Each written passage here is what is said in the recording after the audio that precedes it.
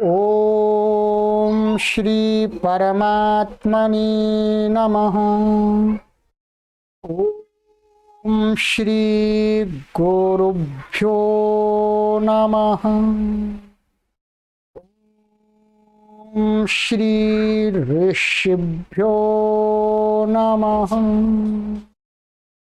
ओम असतो मा सद्गमय तमसो मा ज्योतिर्गमय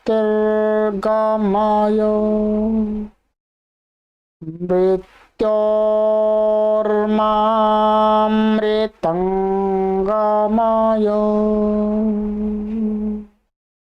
ओम शांति शांति शांति। सर्वेभ्यो नमः। देववाणी संस्कृतम यूट्यूब चलदृश्यम प्रति भवतां भवतीनां च हार्दं स्वागतम। मित्रों, अष्टाध्यायी भाष्य प्रथमावृत्ति की लाइव कक्षा संख्या 260 को आज हम पढ़ने जा रहे हैं। 259 कक्षाएं 259 क्लासेस को हमने पढ़ा दिया है और आप सभी से हम बीच बीच में बताते रहते हैं कि प्लेलिस्ट में अष्टाध्यायी भाष्य प्रथमावृत्ति नाम के कॉलम बना दिए गए। अष्टाध्यायी भाष्य प्रथमावृत्ति नंबर 1, अष्टाध्यायी भाष्य प्रथमावृत्ति नंबर 2, इसी प्रकार के कॉलम आपको मिलेंगे। किसी कॉलम में 80 वीडियोज हैं, 80 वीडियोज हैं, किसी में 70 वीडियोज हैं, किसी में 90 वीडियोज हैं। इस प्रकार के कॉलमों में वीडियोज हैं। आप सभी अष्टाध्यायी भाष्य प्रथमावृत्ति की जो वीडियोज आप आरंभ से देखना चाहते हैं तो आप अष्टाध्यायी भाष्य प्रथमावृत्ति नाम के जो कॉलम हैं उन कॉलमों को क्रमानुसार पढ़िए। ठीक है, आपको कहीं ढूंढने की आवश्यकता नहीं है। सभी वीडियो आपके लिए सुरक्षित हैं, आपके लिए व्यवस्थित हैं।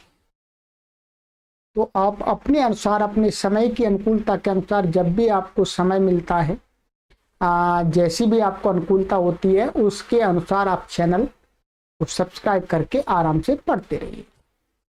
और इस पर और भी अन्य प्रकार की कक्षाएं हम बहुत चला रहे हैं। ठीक है, तो कई प्रकार के हम संस्कृत व्याकरण के तथा संस्कृत साहित्य के कोर्सेस का निर्माण कर रहे हैं। ठीक है, ये एक यूनिक चैनल है। ऐसा चैनल आपको दुनिया में कहीं नहीं मिलेगा जो संस्कृत भाषा के लिए इस प्रकार से कार्य कर रहा।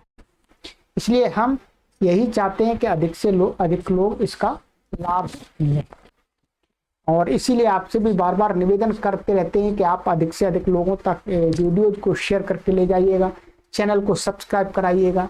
इससे लोग देखेंगे चीज़ों को तो जुड़ेंगे, फिर सीखने की इच्छा भी करेंगे। चलिएगा मित्रों, और आपसे मित्रों हम बार बार निवेदन करते रहते हैं कि मित्रों ये अभियान चलाने के लिए हमें धन चाहिए होता है। बिना धन के ये नहीं चल सकता है। धन हमारे पास में नहीं है। हम प्रति माह हमें दान को मांग मांग करके धन इकट्ठा करना होता है। हमारे पास में और कोई स्रोत नहीं है आय का जिससे यहाँ से धन आ रहा हो, नहीं। केवल यहीं से आपसे हम सहयोग मांगते हैं। आप जैसे श्रेष्ठ आत्माओं का हमें सहयोग मिलता है, तब हम इस अभियान को चला पाते हैं। हमारे पास में कुछ भी धन नहीं है। ठीक है, तो आपसे मैं यही बार बार निवेदन करता रहता हूँ मित्रों, आप मासिक सदस्य बन जाइएगा। यदि इसके पर्याप्त मासिक सदस्य बन जाते हैं देववाणी संस्कृतम के, तो फिर ये कार्य अबाध रूप से निरंतर चलता रहेगा लंबे समय तक, क्योंकि हमको अपना सारा समय इसी में लगाना है।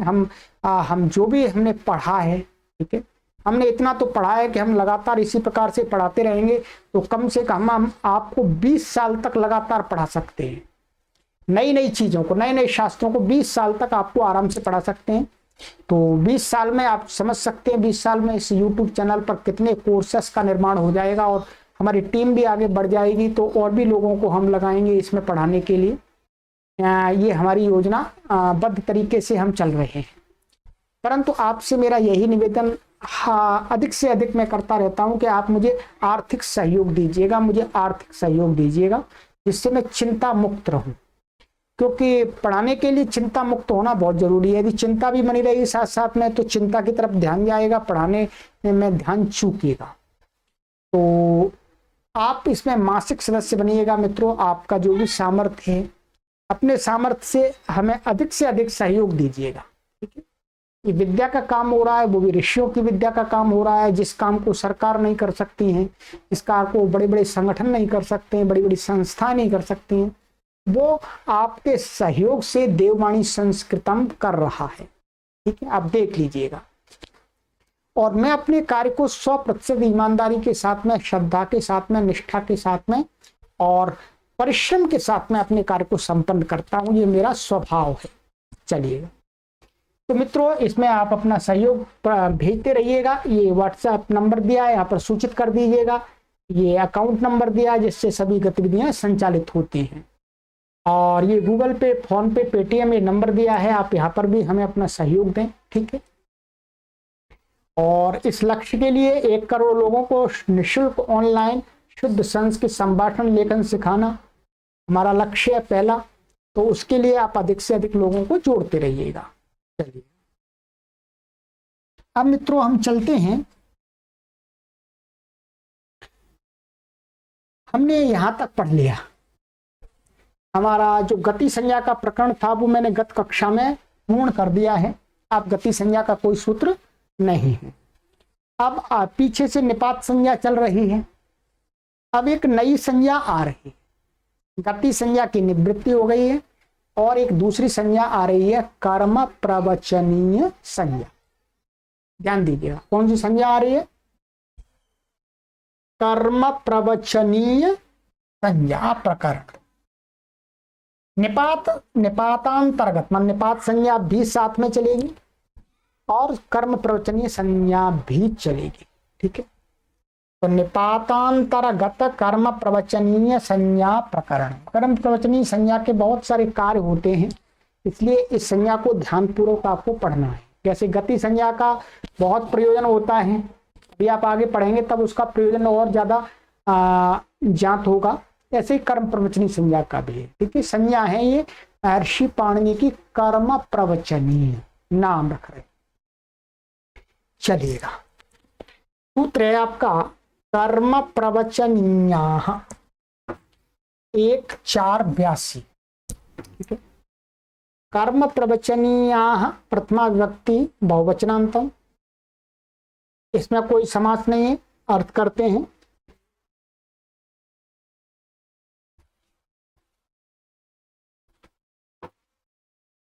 अर्थ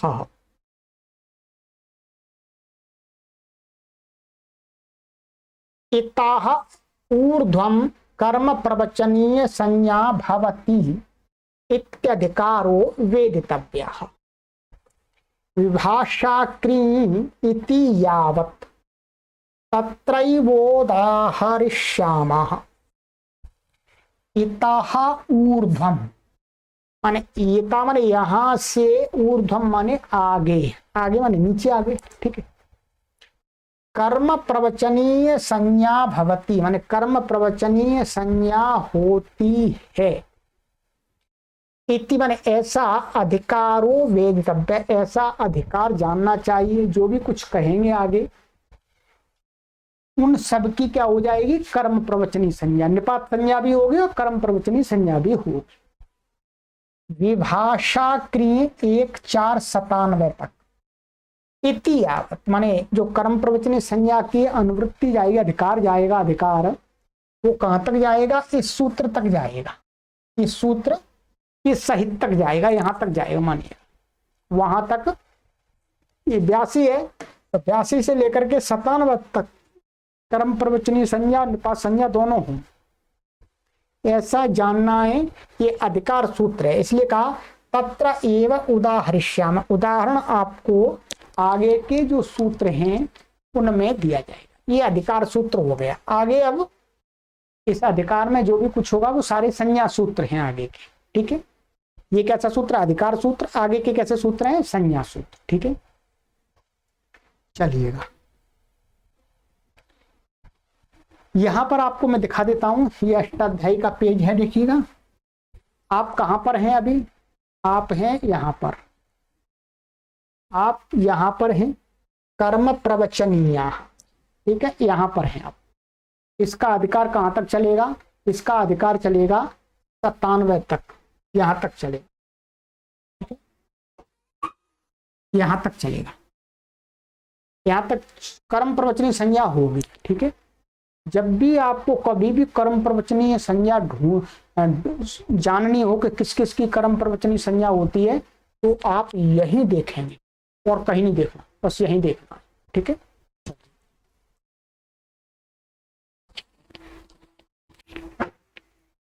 अब चलते हैं आगे का सूत्र।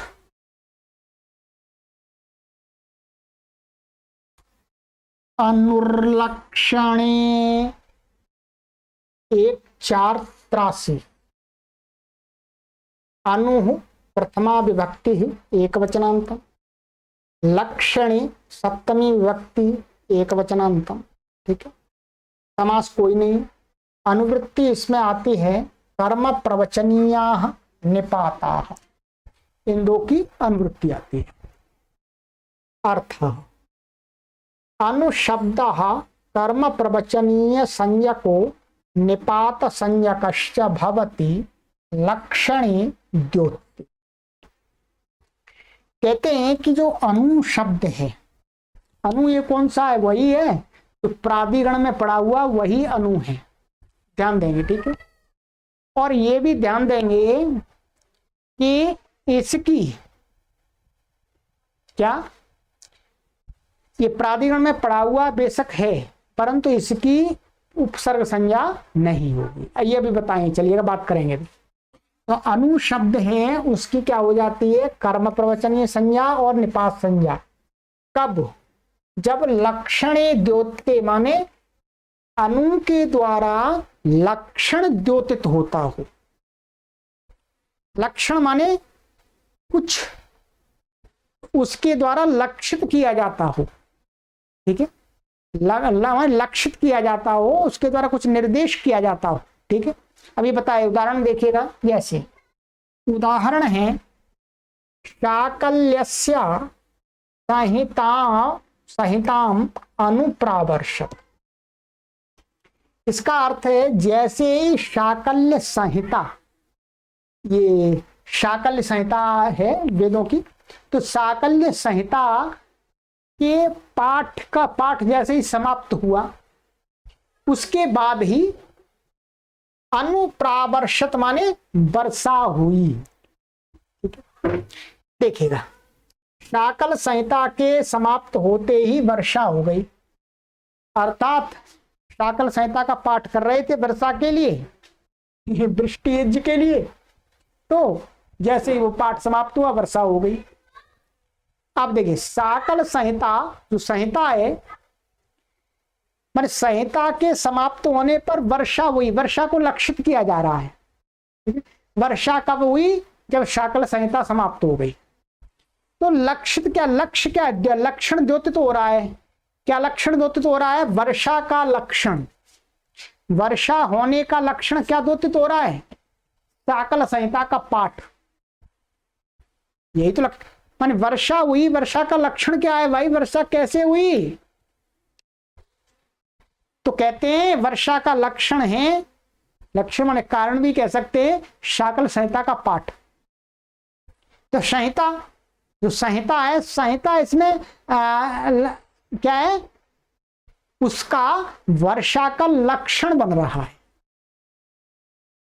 वर्षा का कारण बन रहा। वर्षा उद्योतित हो रही है, किसके कारण वर्षा हुई, शाकल संहिता के पाठ के बाद। देखिएगा इसी प्रकार से अगस्त्यम अन्न सिंचन प्रजाः, अगस्त्य नक्षत्र के उदय होते ही वर्षा हुई। ठीक है, तो यहां पर क्या है, अन्न सिंचन का अर्थ वर्षा होना। ठीक है, प्रजाः अन्न सिंचन माने मेघ वर्षे। तो क्या है, अगस्त्य नक्षत्र जैसे ही आकाश में उदय हुआ वैसे ही वर्षा चालू हो गई। तो क्या है, वर्षा का लक्षण क्या है, अगस्त का उदय होना। ये अर्थ कहां से आ रहा है? लक्षण। ये अर्थ आ रहा है इसमें अनु के कारण से। यहां पर भी अनु है, यहां पर भी अनु है, तो अनु के कारण से यहां पर ये लक्षित हो रहा है, इसलिए अनु लक्षण में वर्तमान है, इसलिए यहां पर क्या, अनु शब्द कर्म प्रवचनीय संज्ञा हो गई अनु की, और निपात संज्ञा भी हो गई। गति संज्ञा अब नहीं होगी, ध्यान देंगे, अब उपसर्ग संज्ञा नहीं होगी, केवल दो ही संज्ञाएं होंगी एक समय में, या तो इसकी गति से वो निपात संज्ञा और कर्म प्रवचनी संज्ञा होगी, या इसकी निपात संज्ञा या गति संज्ञा उपसर्ग संज्ञा होगी। ठीक है, चलिएगा अब देखिएगा यहां पर, या हिंदी में बता देता हूं आपको। अनु शब्द की लक्षण द्योतित हो रहा हो तो कर्म प्रवचनीय और निपात संज्ञा हो जाती। ठीक है, शाकल्यस्य संहिता मनु वप्रावर्षत, मान शाकल संहिता, शाकल्य नहीं शाकल है ये, सॉरी, शाकल संहिता, तो ये शाकल संहिता, शाकल्य संहिता, ये शाकल्य ये वास्तव में शाकल की जो संहिता है, शाकल, तो शाकल ही बोलते हैं, शाकल भी बोलते हैं, शाकल दोनों बोलते हैं। ठीक है, तो शाकल संहिता के समाप्त होने होते ही वर्षा हो गई। और ये अगस्त्यम अन्न सिंचन प्रजा, अगस्त्य नक्षत्र के उदय होते ही वर्षा हुई। ठीक है, तो अब देखिएगा यहां लिखा है, उदाहरण में संहिता की समाप्ति वर्षा को लक्षित करती है, वर्षा को लक्षित करती है, और लक्षण क्या बनता है, वर्षा का लक्षण क्या है, संहिता समाप्त होना। ठीक है, चलिएगा, क्योंकि लक्षण के द्वारा लक्षित किया जाता है, ध्यान दें, लक्षण, लक्षित, लक्ष्य। ठीक है, क्या ये तीन शब्द हैं, इनमें अभी फंसना नहीं है, अभी आपको समझ में उतना नहीं आएगा, इतना ही समझिएगा। यहाँ लक्षित क्या है, लक्षित किया जा रहा है किसको, वर्षा को, लक्षण उसका क्या है, शाकल संहिता। ठीक है, तो अब यहां पर क्या है, अनु की कर्म प्रवचनीय संज्ञा होने से कुछ कार्य होते हैं। क्या कार्य होते हैं, यहां पर लिखा हुआ है, गुरुजी ने देखिएगा, कर्म प्रवचनीय संज्ञा होने से संहिता और अगस्त्य में यहां कर्म प्रवचनीय युक्ते द्वितीया से द्वितीया विभक्ति हो गई। ध्यान दीजिए, माने ये अनु अनु अनु किसको, अनु का लक्षण, अनु किसका लक्षण है, वो अनु किसको, अनु लक्षण कौन है लक्षण में। ठीक है, लक्षित और लक्षण क्या है, अनु का संबंध किसके साथ में है, संहिता के साथ में और अगस्त्य के साथ में।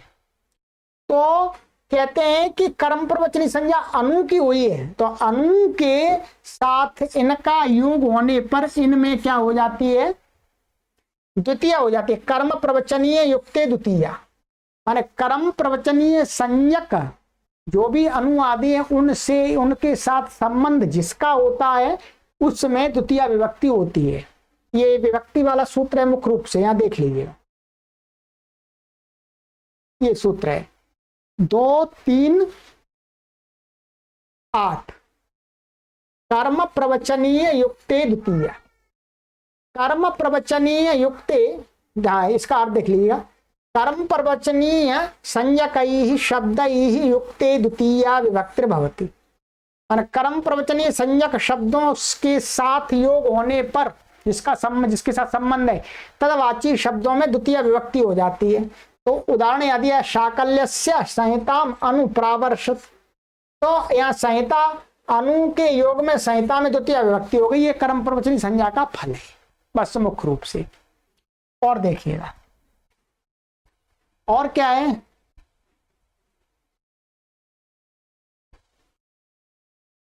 ये हो गई।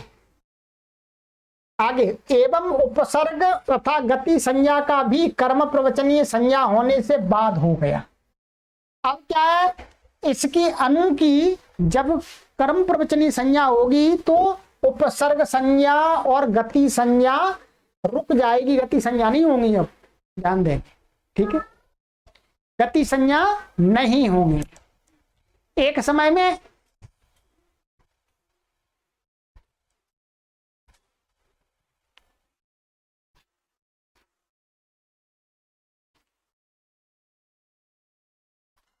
हाँ चलिएगा। तो क्या है, गति संज्ञा और उसका उपसर्ग संज्ञा बाद हो गया। बाद होने से क्या हो गया, कहते हैं तो अन्वसिंचन। ध्यान दीजिए, इन दोनों में द्वितीय विभक्ति हो गई है, संहिताम और अगस्त्यम में तो कर्म, परंतु यहां पर अन्वसिंचन। अब क्या है, अनु में अनु की उपसर्ग संज्ञा और गति संज्ञा का निषेध हो गया, रुक गई है। इसकी केवल क्या हुई है, कर्म प्रवचन संज्ञा। तो रुकने से क्या, रुकने से भी लाभ मिलता है। रुकने से लाभ क्या मिलता है, कहते हैं कर्म वो उपसर्ग संज्ञा तथा गति संज्ञा का भी कर्म प्रवचन संज्ञा होने से बाद हो गया, मैं रुक गई। तो अन्वसिंचन में उपसर्गात सुनोति सुबति आदि सूत्र से उपसर्ग से उत्तर न होने के कारण शत्व नहीं हुआ। ध्यान दीजिएगा, यदि इसकी उपसर्ग संज्ञा भी हो जाए तो ये जो 8-3-65 वाला जो सूत्र है उससे क्या है, यहां स को मूर्धन्य आदेश हो जाए। इसका मैं आपको अर्थ बता देता हूं, ठीक है, अर्थ बता देता हूं तो जल्दी समझ में आ जाएगा। देखिएगा, ये है इसका जो सूत्र है, ये आपका यहां है 8वें अध्याय के 3रे पाद का 65वां सूत्र है। ये देखिएगा, उपसर्गात सुनोति सुबति स्यति स्तौति स्तो भाति स्था से नाय सेध सिच संज्ञ स्वंज्ञा। यहां पर क्या है, सिच धातु है, सिंच धातु है वास्तव में, और अनुसिंचन में भी सिंच धातु है, सिच है वास्तव में, सिंच नहीं सिच है। तो ये सूत्र क्या कहता है, ये कहता है, इसका अर्थ देखिएगा, यहां पर देखिएगा। अब आप इतनी संस्कृत जान गए हैं। अर्थ, उपसर्गस्थात निमित्तात् उत्तरस्य सुनोति सुवति स्यति स्तौति स्तोभति स्था सेनय सेध सिच, सिच आ गई। ये हमें लेना है मुख्य रूप से। संज्ञा स्वंज्ञा इत्येतेषां सकारस्य मूर्धन्यादेशो भवति अड व्यवायवेपि स्थादिषु अभ्यासेन चाभ्यासस्य। अर्थ भी थोड़ा सा आपको ये कठिन पड़ेगा या पूरा समझ में नहीं आएगा, ये उसी प्रकरण में आएगा। यहां आपको इतना समझ लेना है कि उपसर्ग में स्थित निमित्त, निमित्त होता है इण, ठीक है, माने इण से उत्तर, माने इण प्रत्याहारांतर्गत वर्ण हो उपसर्ग में, उससे उत्तर इस धातु, इन धातुओं के सकार को शकार करता है, ठीक है। तो इसकी उपसर्ग संज्ञा हो जाए तो अब देखिएगा यहां पर क्या हुआ, यहां पर उपसर्ग संज्ञा ये अनुए, अनुए, और ये बाद में एको बाद में लग जाएगा, चाहे कहीं लगा लीजिए, कभी लगा लीजिए, कोई बात नहीं है। तो क्या है, ये सिच का है। अब इसकी उपसर्ग संज्ञा हो जाए तो क्या हो जाएगा, तो यहां पर शत्व होने लगेगा, तो गलत हो जाएगा।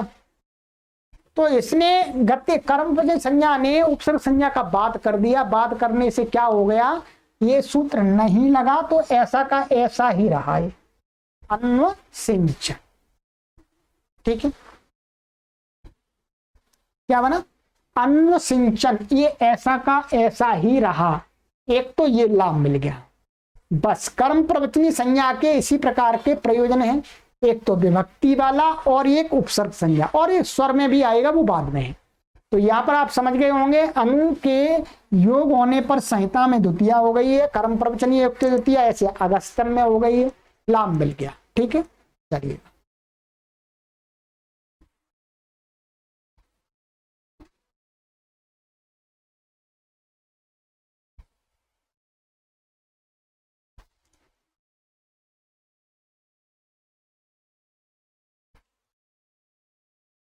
तृतीयार्थे, तृतीयार्थे सप्तमी विभक्ति एकवचनान्तं समासः, तृतीयायाः अर्थः तृतीयार्थः तस्मिन् तृतीयार्थे, षष्ठी तत्पुरुष समासः, षष्ठी तत्पुरुष समास है, ठीक है। इसमें अनुवृत्ति आती है अनु कर्म प्रवचनीयाः निपाताः, इनकी अनुवृत्ति आती है, ठीक है।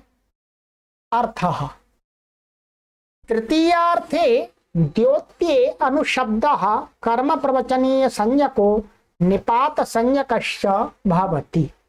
क्या कहते हैं? तृतीयार्थे द्योत्ये माने तृतीया का अर्थ, तृतीया के अर्थ कई होते हैं। एक तृतीया का अर्थ होता है साथ साथ, यानी सहकी योग में तृतीया होती है और भी हेतु में होती है, करण में होती है। ठीक है, ये तृतीया के अर्थ है। तो तृतीयार्थे द्योत्य में तृतीया का अर्थ द्योतित हो रहा हो, प्रकट हो रहा हो, अर्थात ज्ञात हो रहा हो, और तृतीया ना हो, ये भी है। ठीक है, तो क्या है? अनुशब्दानुशब्द की कर्म प्रवचनीय संज्ञा हो जाती है और निपात संज्ञा कश्च निपात संज्ञा हो जाती है। ठीक है, अब जैसे उदाहरण दिया है, नदीम अन्ववसिता सेना। क्या है? नदीम अन्ववसिता सेना, नदी के किनारे, नदी के साथ साथ सेना बसी हुई है। ठीक है, तो यहां ये नदी, ये क्या है? ये जो नदी के साथ साथ तृतीया का अर्थ द्योतित हो रहा है, ये अनु के द्वारा हो रहा है। इसके द्वारा? अनु के द्वारा। अनु की कर्म प्रत्यय संज्ञा होने से क्या हो गई? कर्म प्रवचनीय युक्त द्वितीया से नदीम में द्वितीया हो गई, नदीम द्वितीय व्यक्ति हो गई। ठीक है, तो ये हो गया, तो ये आपको लाभ मिल गया। ठीक है, ये उदाहरण दिया है कि नदीम अन्ववसिता सेना, नदी के साथ साथ सेना बस रही है। कर्म प्रवचनीय संज्ञा होने से नदी में पूर्व द्वितीय व्यक्ति हो गई, अर्थात कर्म प्रवचनीय युक्त द्वितीया से द्वितीया हो गई। चलिएगा, ठीक है।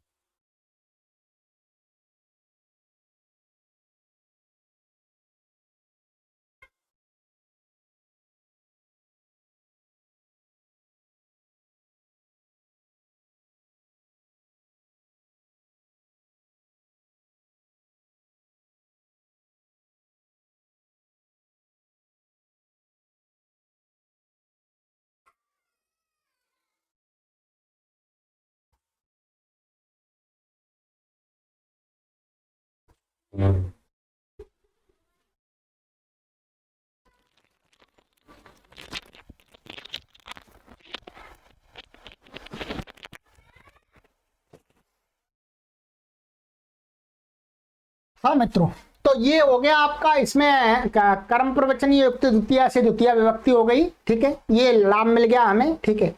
और ये तृतीया का अर्थ किसके द्वारा आ रहा है, ये अनु के द्वारा आ रहा है, द्वितीया है परंतु अर्थ तृतीया का आ रहा है किसके द्वारा, अनु के द्वारा। आइएगा आगे, ही ने सप्तमी व्यक्ति एक वचनांतम, अनुवृत्ति इसमें आती है अनु कर्म प्रवचनीया निपाताः अर्थः। ही ने द्योत्ये अनु कर्म प्रवचनीय संज्ञको निपात संज्ञकश्च भवति। कहते हैं ही ने द्योत्ये, ही ने माने न्यून, माने न्यूनता द्योतित होने पर अनु की कर्म प्रवचनीय संज्ञा हो जाती है, निपात संज्ञा हो जाती है। उदाहरण बहुत सरल है, कुछ भी इसमें विशेष नहीं है, ठीक है। अनुशाकटायनम वैयाकरणाः अन्वर्जुनम योद्धारः।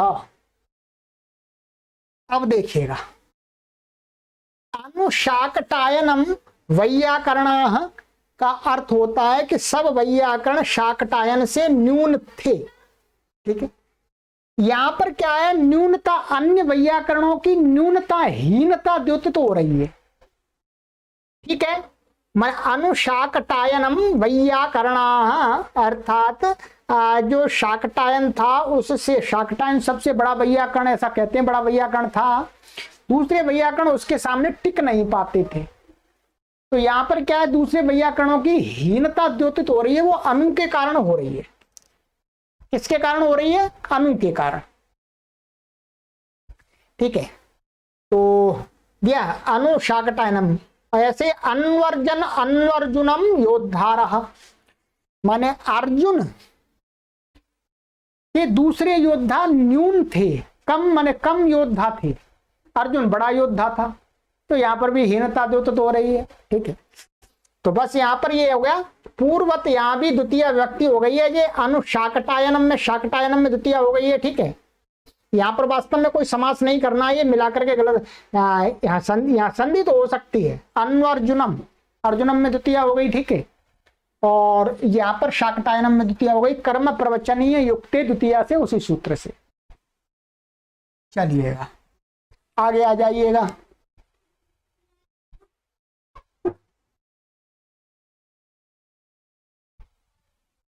उपोधिके च, उपाह प्रथमा व्यक्ति एक वचनांतम, अधिके सप्तमी व्यक्ति एक वचनांतम, च अव्यपद। अनुवृत्ति, ही ने कर्म प्रवचनीयाः निपाताः, ठीक है, इनकी अनुवृत्ति आती है। अर्थ देखिएगा, अर्थ उपशब्दोधिके हीने च द्योत्ये कर्म प्रवचनीय संज्ञको निपात संज्ञकश्च भवति, ठीक है। उपशब्द जो उप है,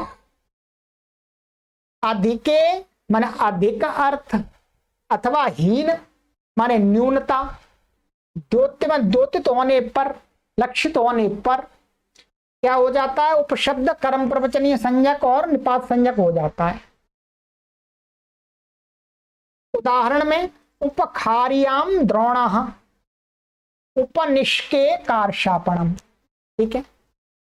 हीन में ये माने ये क्या है, ये अधिक अर्थ में दोनों उदाहरण, और हीन अर्थ में उपशाकटायनम वैयाकरण। ध्यान दीजिएगा, उपशब्द की यहां पर क्या हो गई, कर्म प्रवचनीय संज्ञा, किस अर्थ में हुई है, एक बार हुई है अधिक अर्थ में, माने अधिकता बताने के लिए, और एक बार हुई है हीन। ये अधिकता वाले दो उदाहरण हैं और हीनता वाला एक उदाहरण है, ठीक है। जब अधिकता को बताने, लक्षित करने के अर्थ में उपशब्द की कर्म प्रवचनीय संज्ञा होती है, तो फिर उस कर्म प्रवचनीय संज्ञक उप के योग में द्वितीय नहीं होती, सप्तमी होती है।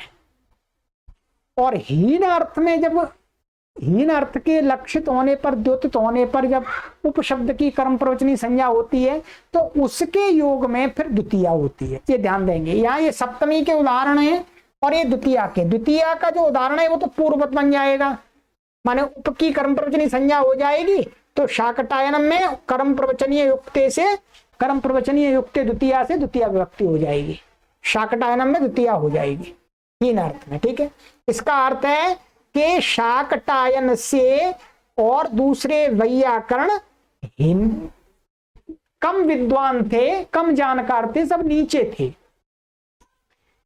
इसका अर्थ क्या है? उपखार्याम द्रोण, अर्थात एक खारी, ये परिमाणवाची शब्द है, जैसे आजकल किलो चलता है, ठीक है, और ग्राम चलता है, इस प्रकार का। तो ये क्या है? खारी आदि शब्द प्राचीन काल में परिमाण के वाचक थे। ठीक है, तो खारी, तो उपखार्याम द्रोण, तो कहते हैं कि एक द्रोण अधिक वाली खारी, एक खारी और एक द्रोण, द्रोण भी परिमाणवाची है। ठीक है, यहां उदाहरण मरते हैं, तो ये देखिएगा, खारियाम द्रोण, खारी से अधिक द्रोण, अर्थात पूरी एक खारी परिमाण तथा उसमें एक द्रोण और अधिक है। ठीक है, ऐसे बोलते हैं 1 किलो 100 ग्राम, तो वैसे ही यहां पर बोलेंगे एक खारी और एक द्रोण, द्रोण भी एक परिमाण है। ठीक है, जितना भी ये द्रोण 100 ग्राम का होगा, 50 ग्राम का होगा, ऐसा कुछ अभी पता नहीं है, ये आपको पाणिनि एक इतिहास की पुस्तक है, उसमें आपको पूरा ज्ञात हो जाए। तो क्या है? ये परिमाणवाची है, तो ये खारी परिमाण और उसमें एक द्रोण और अधिक, ये इतना है। ठीक है, अधिकता माने अधिकता द्योतित हो रही है, किसके कारण से? उप के कारण से, उप के द्वारा ये अधिकता खारी में, खारी की द्योतित हो रही है कि इसमें द्रोण एक अधिक है, अर्थात खारी से भी ज्यादा है। अब जब क्या है, इसके लिए क्या होता है? एक सूत्र है कि कर्म प्रवचनीय संज्ञा होने से उपखार्याम तथा उपनिषकी यस्मादधिकम यस्य चेश्वर वचनम तत्र सप्तमी, ये सूत्र सप्तमी करता है। इसका अर्थ देख लेते हैं थोड़ा सा, आइएगा। इसी के नीचे है कर्म प्रवचनीय युक्ते द्वितीया के नीचे ही है ये। ठीक है, ये देखिए, यस्मादधिकम यस्य चेश्वर वचनम तत्र सप्तमी। और देखिए, यस्मात् अधिकम यस्य च ईश्वर वचनम तत्र कर्म प्रवचनीय संयोगे सप्तमी विभक्तिर भवति। इसका अर्थ है कि जिस कर्म प्रवचनीय संज्ञा के योग होने पर जिससे अधिक, ये अर्थ द्योतित हो रहा हो, अथवा जिसका स्वामी, तो यहां स्वामी वाला कोई अर्थ नहीं है अभी हमारे पास में, जिससे अधिक माने खारी से अधिक, ऐसा अर्थ है। ये खारी से अधिक, ये खारी है अर्थात इसमें एक द्रोण और अधिक है, जैसे 1 किलो बोलते हैं, 1.25 किलो बोलते हैं। ठीक है, तो जिससे अधिक होता है उसमें सप्तमी हो जाती है, सप्तमी विभक्ति होती है। देखिए, तो अब यहां पर आप देखेंगे कि उप है, ये उप, तो खारियाम में क्या हो गई? सप्तमी हो गई, खारी से अधिक, किससे? खारी से अधिक, ऐसा ही तो आ रहा है। ऐसे उपनिष्के कार्षापणम, माने निष्क, ऐसा निष्क जिसमें एक कार्षापण और अधिक है, तो किससे अधिक है? निष्क से, तो निष्क में सप्तमी हो गई है। क्या हो गई है? सप्तमी हो गई है। ठीक है, चलिए, ये हो गया, ये प्रयोजन मैंने बता दिया।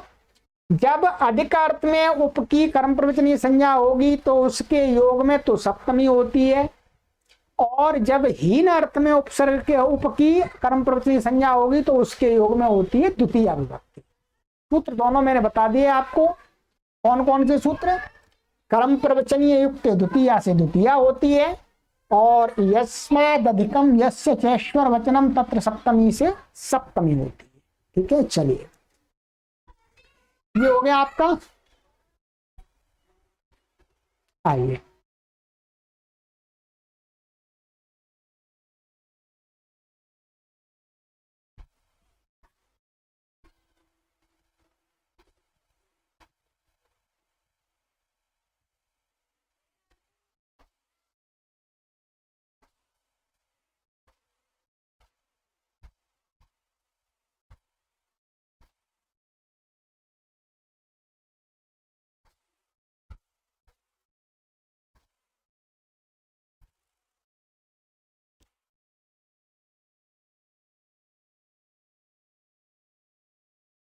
अपपरिवर्जने, अपपरि प्रथमा विभक्ति द्विवचनांतम, वर्जने सप्तमी विभक्ति एक वचनांतम। समास, समास दिया है अपपरि इत्यत्र इतरेतर योग द्वंद्व। तो समास आप लिया अपश्चा परिश्चा अपपरि, समास हो गया सामान्य, इतरेतर योग द्वंद्व समास। अनुवृत्ति है इसमें कर्म प्रवचनीय और निपाता, इनकी अनुवृत्ति है इसमें, ठीक है। अर्थ अपपरि शब्दौ वर्जने द्योत्ये कर्म प्रवचनीय संज्ञकौ निपात संज्ञकौ च भवतः। कहते हैं अप और परि, ये जो दो शब्द हैं अप और परि, ये सभी वही हैं, तो प्राधिकरण के ये हैं, ठीक है, परंतु इनकी उपसर्ग संज्ञा नहीं होगी जब इनकी कर्म प्रवचनी संज्ञा होगी। तो कहते हैं शब्दों वर्जने द्योत्ये माने वर्जन, वर्जन का अर्थ है रहित, छोड़कर, ऐसा अर्थ द्योतित हो रहा हो इनके द्वारा तो कर्म प्रवचनी संज्ञक हो जाते हैं, दोनों निपात संज्ञक हो जाते हैं। जैसे उदाहरण में दिया है अपत्रिगर्तेभ्यो वृष्टो देवः परित्रिगर्तेभ्यो वृष्टो देवः। अपत्रिगर्तेभ्यो वृष्टो देवा का अर्थ है कि त्रिगर्त देश को छोड़कर वर्षा हुई।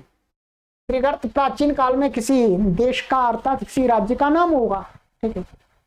तो वर्षा को बताया त्रिगर्त से को छोड़ करके, त्रिगर्त को छोड़ करके अर्थात त्रिगर्त से पहले पहले वर्षा हो गई, ठीक है, माने उससे पहले पहले किए। जैसे बोलते हैं आजकल हम भाई हरिद्वार में रह रहे हैं तो हम कहेंगे हरिद्वार में कोई व्यक्ति दूसरा कहीं पर यहाँ पर वर्षा हुई, हरिद्वार में नहीं हुई, हरिद्वार से ऊपर वर्षा नहीं हुई है, हरिद्वार में नहीं हुई और हरिद्वार से पहले जो दिल्ली की साइड है वहां तक वर्षा हो गई, तो हम ये कहेंगे कि हरिद्वार को छोड़ करके इधर इधर बारिश हो गई दिल्ली साइड में पूरी, ठीक है।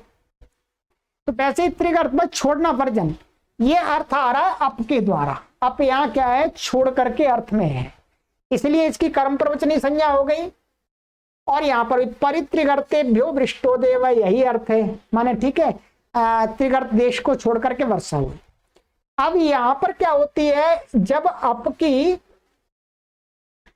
वर्जन अर्थ में कर्म प्रवचनी संज्ञा होती है तो इसमें द्वितीया नहीं होती है, सप्तमी नहीं होती है, इसके योग में क्या होती है, पंचमी होती है।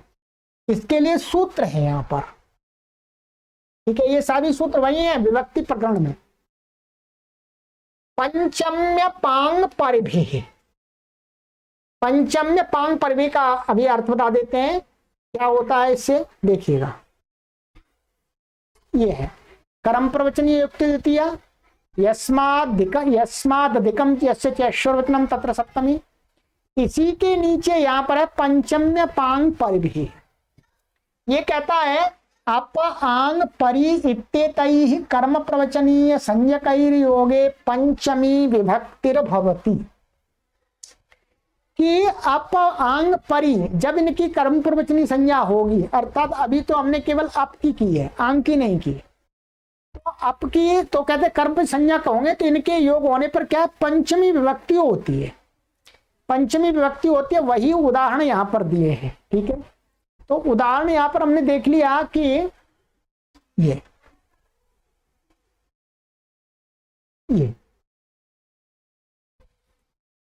कर्म प्रवचनी संज्ञा होने से त्रिगर्तेभ्य में पंचमी विभक्ति हो गई, पंचम में पांग पर भी आपका योग आपकी कर्म प्रवचनी की, ठीक है। अब आगे एक बात बता रहे हैं कि परेर वर्जने, ये 8वें अध्याय के प्रथम पाद का 5वां सूत्र है, परेर वर्जने। ये क्या है, इससे परी का दुर्वचन कहा है, ठीक है। यहां ये कहा है कि वर्जन अर्थ में जो परी है, ठीक है, हाँ, जैसे इसमें भी परित्रिगर्तेभ्यो वृष्टो देव में परि अप और परी दो आ गए थे इसमें, यहां पर अप और परी आ गया, आंग छूट गया था, तो ये परी में भी इसका योग होने पंचमी हो गई है। अब परी के लिए कह रहे हैं कि परेर वर्जने, यहां पर ये सूत्र है परेर वर्जने, ये कहता है कि परे से जो परी है जब उसकी कर्म प्रवचनी संज्ञा हो जाती है वर्जन अर्थ में, तो कहते हैं कि उस परी का 2 बार उच्चारण करना चाहिए। क्या करना चाहिए, परित्रिगर्तेभ्यो वृष्टो देवा, आइए इसका मैं आपको और दिखाता हूं पहले।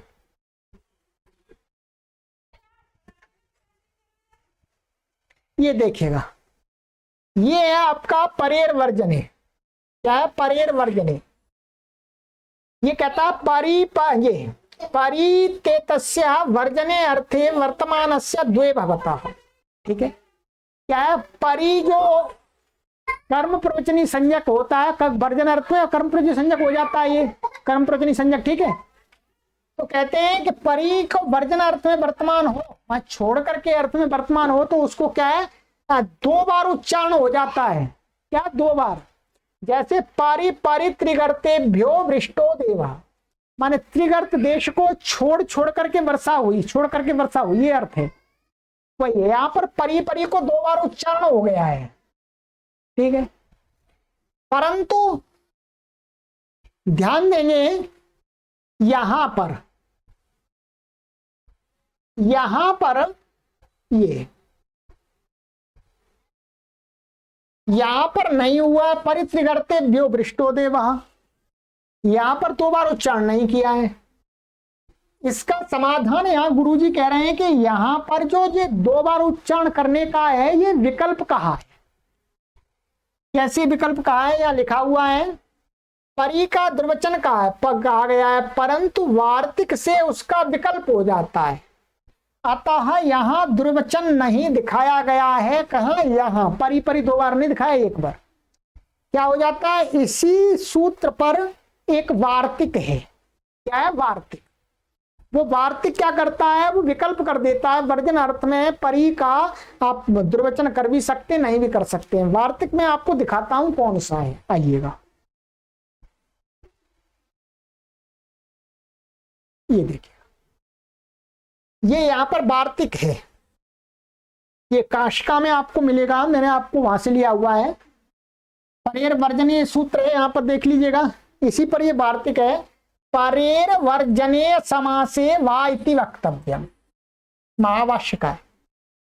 माने परी का वर्जन अर्थ में यदि समास नहीं हुआ है, माने समास ना, इसका समास भी होता है। ठीक है, तो समास ना होने की स्थिति में, ध्यान देंगे, समास ना होने की स्थिति में, यदि समास नहीं हुआ है परी का पंचम्यंत के साथ में, तो परी को विकल्प से दो बार कहना चाहिए। अर्थात परी को द्विवचन कर भी सकते हैं, नहीं भी करें। तो यहां जो हमने उदाहरण दिया परित्रिगर्तेभ्यो वृष्टो देवा, तो यहां समास नहीं हुआ, असमास है, इसलिए यहां विकल्प कर दिया। विकल्प से क्या? देखिएगा, परित्रिगर्तेभ्यो वृष्टो देवा, यहां दो बार उच्चारण हो गया, और ये परित्रिगर्तेभ्या ये एक बार हो गया। तो हमने ये वाला ले लिया है, ये वाला नहीं लिया है, दोनों बन सकते हैं। ये आपको मैंने पूरा समझा दिया। जो काशिका की बात थी वो मैंने आपको प्रथमावृत्ति में ही समझा दी। चलिए, ये हो गया आपका परेर वर्जने। चलिए,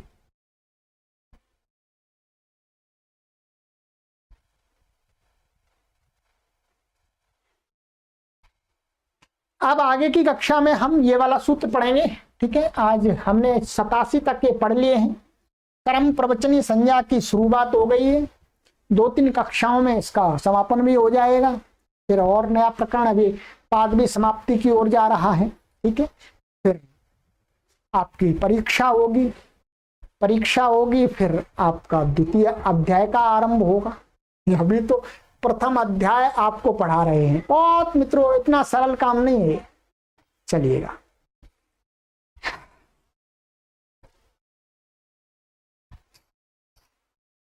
सर्वेभ्यो नमः।